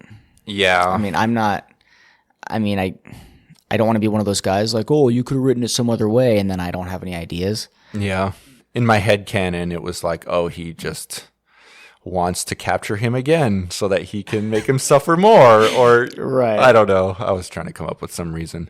But for me, I liked episode 3, particularly because of that one scene. Episode 4 was the weakest for me, and I do think they finished strong, which is good. Yeah. I had remembered what I previously couldn't remember, and I talked to you about it in our ambulance, which is I felt that Hayden Christensen was being underutilized, Yes. And I'm like, what the hell? Where are the The flashbacks. The flashbacks. I don't just want this dude in a suit and you tell us that it's Hayden Christensen. Right. Like, I need to see Hayden Christensen. Yeah. You know, and the very next episode, the very first scene, we get old Padawan Anakin. Yes, and I was like, hell yes. Thank you. And it was pre-episode 2, which I thought was a very interesting take. Yeah. You know, because he had his hand. Right. So episode 2 hadn't even happened. But it's just, again, it's old man Padawan Anakin. Dude. And I mean, Hayden Christensen's not that old, but you could tell he wasn't. Yeah, I thought they would have de-aged him, but they didn't. Like, digitally a little bit. I mean, look what they did with Luke and Boba Fett. They could have digitally de-aged him a little bit. But at the same time, like, I'm so grateful to have those scenes. I don't even care. Yeah, I'm like, fine yeah, with it. whatever. He looks old. I don't care. This is awesome. Yeah, I'm okay with it. Like, I thought it was funny looking, but also, like, they give us a gift. Like, Exactly. Like, let's just take it for what it is. Like, why am I going to be nitpicky? Like, this is something I never thought I'd ever see. Yeah. So why am I going to be nitpicky? Yeah, whatever. He looks 40. I don't care. Well, and again, to how smart the writers are, is there's a reason for that flashback. It's not just like, hey, Hayden Christensen's on board. Let's have a cool flashback. It's like, no, throughout that episode, they were mixing it with the current timeline, and they were, you know, Obi-Wan is saying, because of his knowledge, as shown in that flashback, he's not going to wait. He's just going to attack because he has no patience. He's not. It added to some prequel dialogue where Anakin is like, when Anakin's talking about how Obi-Wan's holding me back, and I'm like, when you watch the prequels, you're like, why is he even saying that? Like, I don't see Obi-Wan holding him back really at all. This flashback actually helped with that dialogue too. Because Obi-Wan tells Anakin, like, at the end of their duel, like, hey, you need to, like, be more mindful of this, and you need to have patience, and you need to, and it's like, if they were having conversations like that all throughout Anakin's training, then I understand why Anakin is saying that in episode 2. Well, and that's why that's one of the best things about this show. Again, it added more. It wasn't just like thrown in there. It added more to the prequels. It added more to the original trilogy, you know, and especially episode 4. You kind of see a new dimension, or things make more sense now. Yeah. Because of it. Like, they, rather than create plot holes, they really just added, like, they almost filled in holes, you know, for a lot of it. And yeah, they created a couple little new things, but they fixed more than they fixed a lot more than they broke. Yeah. Yeah. Which in the Star Wars universe especially, there's a lot of media that I feel like it breaks as many things as it, Absolutely. you know, it creates as many problems as it solves. Yeah, and that's just Star Wars. It just is that way. Yeah, which is kind of funny. All right. Here we go. Here we go. The final scene, not the final scene, but it's the final episode, and it's the penultimate scene in the show, and it's the final confrontation between Obi-Wan and Vader. And it's not just been built up throughout the series, it's been built up from the beginning of episode 1. Yeah. You know, I mean, it's been building for that long. And it's been building for us since 1999. Like, we, yeah. You know. I mean, this is 20 years in the making here. Yeah. So it had to be huge. I mean, it had to be. And I think they went into it with the intent of, like, rivaling that episode 3 sword fight. Right. You know? And that fight is just amazingly choreographed. Yeah. I think. And so much more difficult with a freaking suit on. Yes. You know, like, how much harder must that be with that helmet on, with, you know, props to Hayden Christensen. I assume he did that. I think he did. I think he did. That's got to be really difficult, doing stuff like that in all of that suit. For Vader and for the actor. Right. In that universe and this universe. Yeah. Vader's just he was a powerhouse. I mean, Vader is just stomping. And so some of the sword fighting is really, really well choreographed, and they're like neck and neck. But then when Vader just like buries him in the ground, And he's like, all right, he's had enough. And Vader, and like, as a watcher, I'm like, all right, he's had enough. Vader's like, nope, more boulders. And I'm like, all right, he's had enough. Vader's like, nope. He's like, he just keeps burying him. And I'm like, holy crap.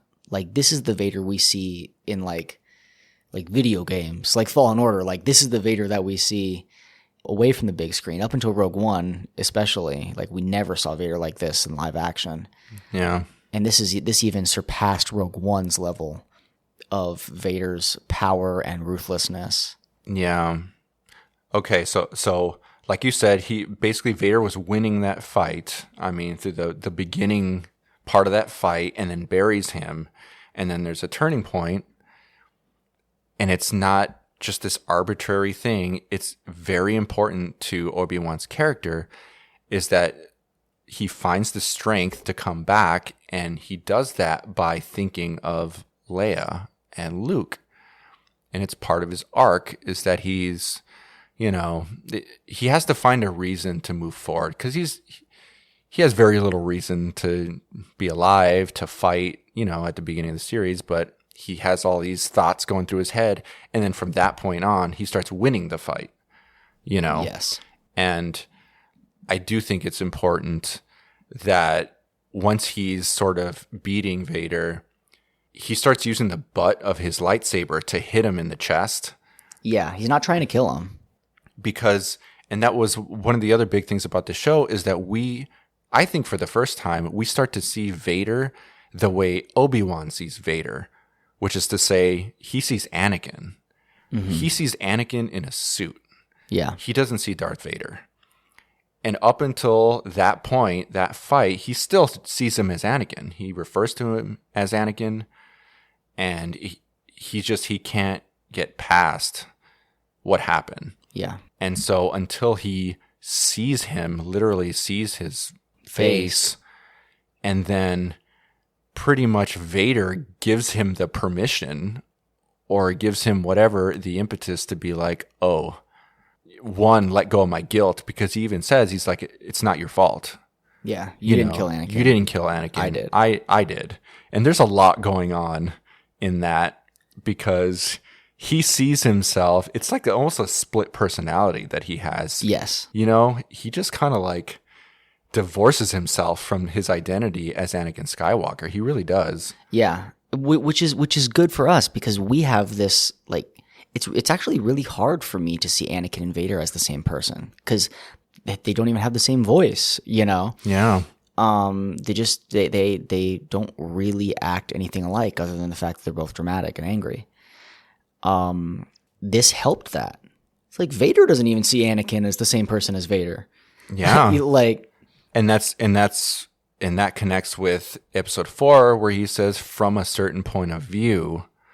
Right. And that's why, that whole thing that's why Obi-Wan says this to Luke, because Anakin doesn't even see himself as Anakin. And I never had a problem with that line to begin with. I was fine with Obi-Wan just kind of bending the truth to tell Luke that, just because he didn't feel like Luke was ready to understand that, hey, Space Hitler is your dad.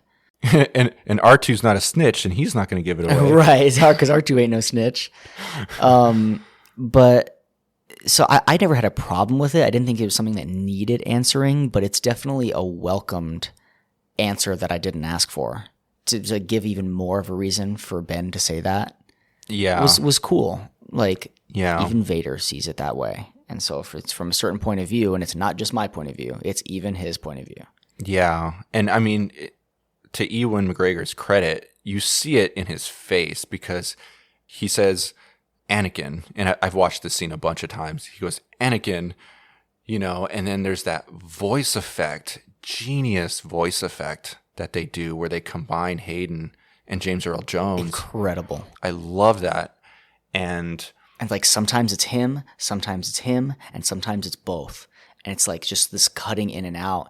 And I wonder, from a technical standpoint, like, how difficult that must have been, because people don't speak at the same speeds or with the same mannerisms. And for the parts where they're speaking at the exact same time, Like, they had to get Hayden and James Earl Jones to say these things at the exact same time with the exact same inflection so that they can put them together and say, this is two voices for the same person. Yeah.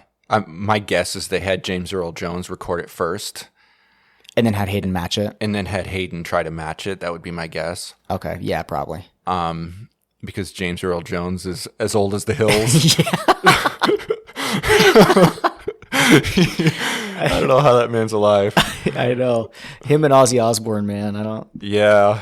He has the rage that keeps him going. Yeah, exactly. But let me go back to this. So, you see it in Obi-Wan's face.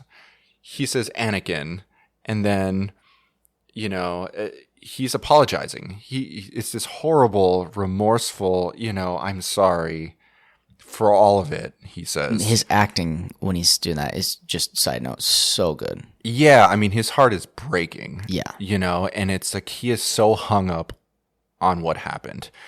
And then it turns and he says, I'm not your failure, Obi-Wan. You didn't kill Anakin Skywalker. I killed him. And then right then he crosses that divide. Yeah. And then the same way that I'm going to destroy you. And there's that great lighting change where it's blue on his face and then it goes red on Anakin's face or Vader's face. Yeah. The same way I will destroy you. And then right at that moment, he says it. He's like, then my friend is truly dead. And that's the point where it's like, he's gone. Yeah. My friend is dead. And I said it while I was watching it. I said it to Liz. I understand they can't just have Obi-Wan kill Vader. I know. They can't do it. I'm like, it's Mustafar all over again. I know. You're just going to leave him to murder how many more people throughout the galaxy? But they have to. I know. It's like, and I've seen this brought up time and time again since it aired online. Why didn't Obi-Wan kill Vader on that planet? Why didn't Obi-Wan kill Vader at the end of their fight? Why didn't he do it? I'm like, because we have movies that take place after this. That's the reason. Unfortunately, that is the reason. We have movies that take place after this where Vader is alive. We have a story that still has to be told. They're boxed in. It is what it is. Yeah. And they did the best they could, and I think they did the best that they could have done. They absolutely did. In that situation, and then he uses the word Darth.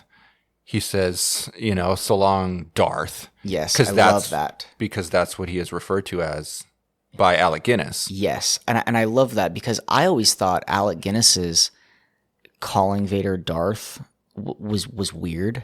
It's like he referred to him by his title.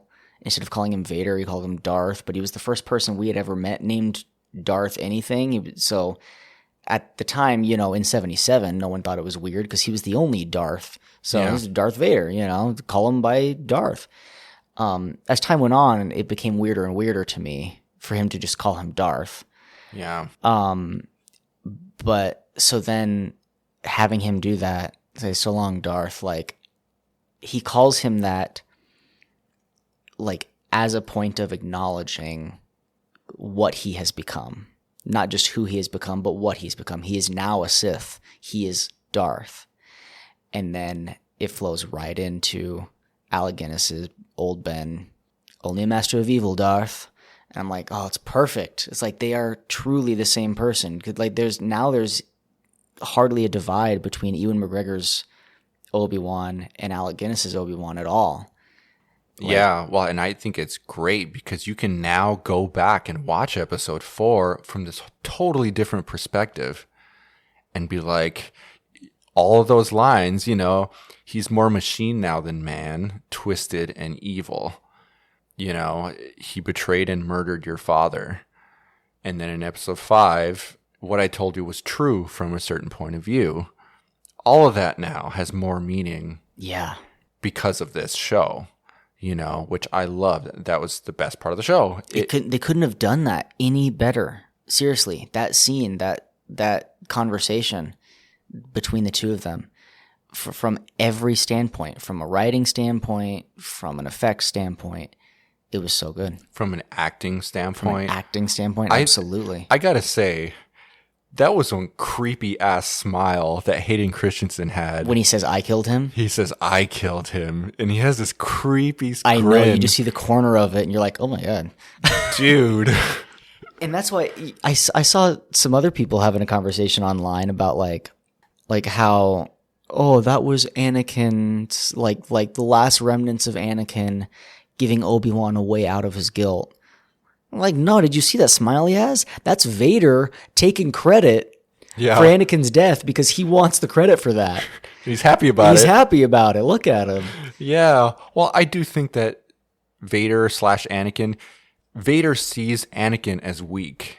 Yeah. You know, and he's like, I am stronger now. Now that I'm Darth Vader, I am stronger than Anakin ever was. Right. You know, because he had weakness. He had attachments. He had all these other things. But he's like, look what I have become. I killed Anakin. I'm awesome. Yeah. So one thing that I did think was kind of silly, but it's okay. It's another just nitpicky thing, was Obi-Wan standing there with his arms open wide and just all the boulders flying by him. I did think that was into Vader. I was like, this is over the top. Yeah, I did think that was a little weird looking. This is so over the top. Like, come on. Yeah, But I agree. So I read a theory today. I told you I would come back to this. I read a theory about like why he's suddenly able to do this, like so powerful, like why he's just all of a sudden so much more powerful and able to beat Vader so easily, essentially. Like, and it's that. And this is this guy on Facebook, and he's like, I will die on this hill. I've been saying it for a long time, and now Obi-Wan just proved it. And it's that the light side is significantly more powerful than the dark side. Just objectively more powerful than the dark side, but the Jedi are never able to tap into it fully because of them shutting down attachments. They shut down attachments because attachments run the risk of being bad and creating problems. So they shut them down out of fear that that is going to happen because that is a real possibility. But when attachments are good, and it's hard to make sure you never cross that line to having them turn bad, but when attachments are good, that is the purest form of the light side of the Force, and look what it allows you to do. Right. And I can get behind that theory because it's his connection to Luke and Leia that you just said, like that was the turning point for him in the fight. And now look what he can do with the Force. All of a sudden, he's never been able to do this because he has these like intense attachments. So basically, the Jedi intentionally cap their power as a way to mitigate the chance that they could fall to the dark side. They say, we can only reach a certain level. Yes. Right. Okay. I can get behind that. Yeah. I'm like, most theories, especially about such a large topic and especially a Force-related topic, I can't get behind any of them. They're so often so ridiculous. But I'm like, this guy kind of makes sense. Yeah, I'm kind of okay with this theory. I could kind of see that. Yeah. I mean, it's certainly not canon. Like, it's certainly not a fact, but I can see that being the case. This gets into something sort of ethereal, this grand thing for me, but I would have a different argument for why the light side is more powerful. Mm-hmm. And it's merely because of when you die, you become one with the Force. You're a Force ghost. That line, if you strike me down, I will become more powerful than you can possibly imagine. Yeah. It's absolutely true. And Jedi can reach a level of power that Sith will never be able to touch. Right. Because when they die, they're gone. Right. You know, they die. And so just from that perspective, it is true. I think it is true that the light is more powerful. Yeah. Ultimately. Yeah, I think I think you're correct. I think it's more powerful anyway. But I thought that was a neat theory, and it's something that I certainly have an easier time seeing than a lot of other people's crazy headcanons online. Yeah, yeah. It was. I did think it looked a little silly. Yes, it did. I understand why they did it, and I can let it go. Yeah, I can let it go, but I know they had to do this big, huge finale. They got to keep topping themselves. We've had this conversation before about power creep, Yes. and that like Dragon Ball Z, like they're like notorious for it. Like you just keep getting more like, and it gets to the point that it's just ridiculous. And like Star Wars is starting to do that. Yeah. I think it's a problem generally in movies that they keep trying to Outdo themselves. Yes, we got to sell more. We got to do more. We got to go bigger. We got to do this and this and this. And that's... You can't get bigger than Obi-Wan. Lifting rocks. In this cross position. Yes. Just having everything fly past him. You think you're space Jesus? Yeah. Because you got this whole Anakin Messiah thing going on. And Obi-Wan's just like, yeah, well, I'm on the cross, and here's some rocks. Oh, man, that went in a direction. I told you about this one just real quick, this one theory that I read. Maybe it's true, maybe it's not. I don't know if it was intentional or not. In the first fight with Ahsoka and Anakin, she cuts off one side of his mask, and Obi-Wan cuts off the other side of his mask. And then at the end of Return of the Jedi, Luke completely pulls his mask off. So that was sort of like, we have his Padawan make an attempt to get to him. Then you have his teacher make an attempt to get to him. And they could both get about halfway there. They could both get halfway there. It was sort of like this visual representation. And his son. And then his son ultimately is the one who can completely take his mask off, literally and figuratively. Right. And sort of get through to him. Yeah, and I have a hard time, but maybe it is. I'm just skeptical of everything. I have a hard time believing that entire visual thing is intentional. The whole half and half and then whole. I just You can't do it. Well, I think it's possible. I need to hear it from someone that's not like just theorizing that, because because I have a hard time believing they were like actually thinking that when they're writing this. We're like, okay, Obi-Wan's going to cut off the half that Ahsoka didn't cut off, so that we can show that they both made it halfway there, keeping in mind that Luke takes his helmet off at the end of episode 6. Like, yeah, that's a lot. That's a lot. But if it is intentional, it is genius. I hope it's intentional. I just have a hard time just jumping to that conclusion. Well, maybe it's just as simple as, okay, we're going to do another scene where half of his mask is gone. Let's at least have it be the other side. Let's at least do the other side. That way it's not exactly the same. Maybe that's all it was. Yeah. So I do have one thing, which is it's not just in this series. It's in basically all of the newer media, which is they're using practical lightsabers now. So they're not computer animated. So you get the lighting. Yes, so you get this lighting effect, and they have keyed into this, and now they started to use it to effect really great effect, like in that last scene. Yeah, they really made good use of it here. Yeah, you can all of a sudden you can really play with it now. Yeah, and you can really do things with it, and I love how they did that with the red on Vader's face. Mm-hmm. That transition, because it's just a visual representation of what's going on there. Yes. It's another one of those things where it's like you don't realize, like consciously you don't even realize it's happening unless you're looking for it. Like with the score in a movie or whatever, that consciously you're not even aware. And like consciously, I wasn't aware of those lighting changes until you pointed them out. But you're absolutely right. Like seeing it go from the blue to the red and the red on his face as he's saying something so evil. It is a really, really good thing. Yeah, it's subliminal, but it adds to it, And I think, hopefully it doesn't get comical, but since you're using a lightsaber as a lighting effect, you have more of a reason to have a lightsaber out, because you used to have to, frame by frame, cut that blade out and replace it with that computer-generated effect or whatever. Sounds But like a now, pain.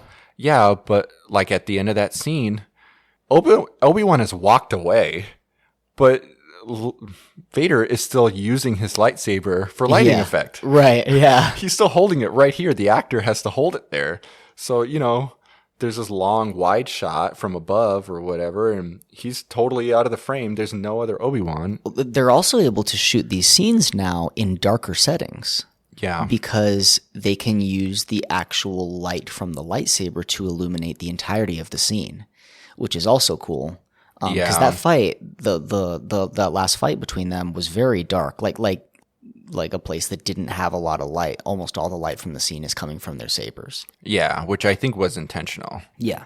And I'm kind of annoyed that they never established what planet that was or never even made an attempt I know. to say what planet that was. Like, we need a moody setting for this final Did battle. they really not? No, I don't think it's ever. That's funny. I tried to look it up. I didn't see anything about what planet that was. And it's funny, anytime I've seen anybody talk about it online, like when they're asking questions, why didn't Obi-Wan kill Vader? It's always like, why didn't Obi-Wan kill Vader on that one planet?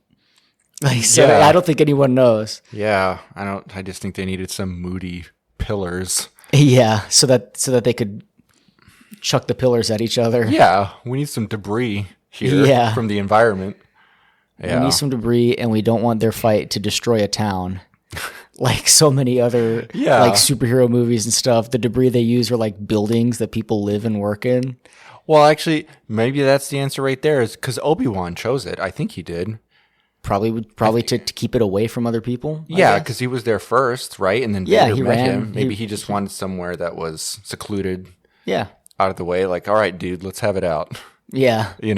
Also, I need weapons. Yes. I need these rocks. Also, Space Jesus needs rocks. Yes, I need ammo. Real quick, because I totally glossed over it. The very first scene in the entire show, Order 66. Oh yeah. Amazing. So good. It was like this long tracking shot, they were like running with the kids down the hallway and they never cut away. And the whole time I was like holding my fiance's knee, like, oh my God. Yeah, God, and it's that was like cool. when it started, I was like, all right, how many times do we need to watch Order 66? And then I was like, I'll watch it as many times as you want me to watch it if this is what it's going to be like. As long as it's good, they can show it to me as many times. I don't care. Yeah, it was It's a big event in Star Wars. right. Yeah, and it was really that was a really awesome opening scene. Also, the whole toy that Obi-Wan gives Luke is the same toy he's playing with in Episode 4. Yes. Which I thought that was a cool little Easter egg for fans. And speaking of Easter eggs, hello there. Oh, yes. Dude. I mean, that is fan service done right. Yeah. I mean, like, Leia tells Obi-Wan to say hello to the dude in Episode 3, and he says hello. And we're all like, that was a missed opportunity. No, it wasn't. They were saving it. Yes. And, like, I literally cheered when he said hello there. And my wife, Cassie, who loves Star Wars, but, isn't, like, Super fan. did not understand why I was cheering at him saying hello there. Like, she didn't remember that that's his line to Grievous. So, and she's not, like, reading Star Wars memes all day like I am either, where there's hello there is like a huge thing on the internet. Yeah. And so I'm like cheering for this very simple line. Well, And she's like, what's going on? I'm like, that's it. That's the line. That's what we've been waiting for. I was laughing. I was telling Liz, I'm like, I can't believe they did that. They did that. Yeah. Wow. That's hilarious. But it's also Alec Guinness said it too. Right. Yes. Yeah. And I saw a TikTok and it showed all of them like in order. Hello there. Hello there. Hello there. Yeah. And I was like, wow, that is so cool. I love that they did that. Honestly, they could have just ended the show right there. Like, hello there, and then cut to black. In credits. Yes. Yeah, they could have. But they had to show Qui-Gon. They had to show Qui-Gon, and it was so good. I mean, anybody who's listened to some of our other episodes know, like, I love Qui-Gon so much. Yeah. And I like him a lot more after knowing you. I appreciate him more Really? after talking with you about it. I got another one. He got another one. Okay, last question. Do you think they're going to make more? And do you think they should make more? I guess that's 2 questions. I do think they're going to make more eventually. I don't know if it'll be right away. I do think they're going to make more because they like money. And fans are asking for them to make more already. You know? And I think that so I think there's a very good chance. I won't say definitively. I do think there's a very good chance. I read an article recently and it was one of the execs or one of the writers or whatever, and they were like, "Are you going to make more?" And his answer was, "That's up to the fans." I'm like, okay, then they're going to make more, like, because people are asking for it. And I don't want them to mess it up. I was so worried they were going to mess it up as is. I don't want them to then add more to it and it not be as good. And it just like, you don't want to water it down. Exactly. Like, I think it's perfect as is. I mean, and not perfect, but you know what I mean? Like, I think it's great as it is. And I just don't want to lose that. Yeah. You want to keep it fresh. And I'm sure they could go more into his training with Qui-Gon and you know, they alluded to the fact that he could, not alluded, but he could just like go off and have adventures.